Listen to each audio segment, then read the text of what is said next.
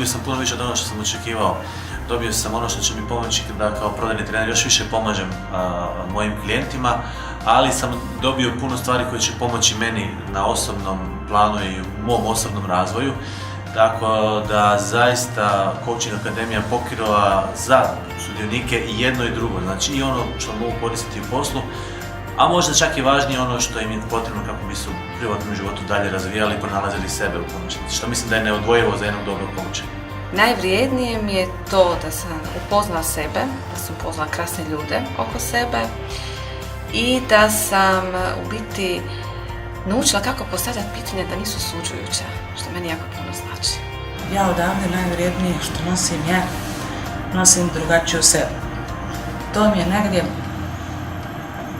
duboko se usidrilo u mene i promijenilo ne samo moj cijeli život, promijenilo sve moje odnose.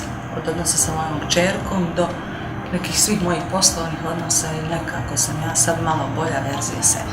Ono najvrijednije što ja nosim s ovog programa je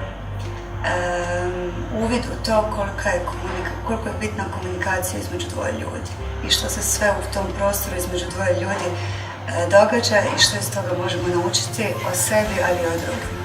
Ja sam prošla hrpu edukacije, ovo je jedina koja mi je ostavila neku jaču promjenu. Tako da bilo kome ko želi se poboljšati, promijeniti, ojačati u komunikaciji, u suradnji s ljudima. Ovaj program bi prvenstveno preporučila kolegama koji se bave razvojem svojih rukovoditelja u kompaniji ili kolega, ali zapravo svima koji žele poboljšati svoju komunikaciju, produbiti odnose sa svojom okolinom, bližnjima i drugim osobama. Ovaj program bio je nešto najbolje što sam mogla napraviti na sebe. Ne samo da mi je pomoglo u mom putu kao menadžeru i kao lideru, nego je prvenstveno pomoglo meni kao osobi da se razvijem. Na način da sam spoznala koje su moje jake i slabe strane, da ih osvijestim i da ih prihvatim i zagrlim.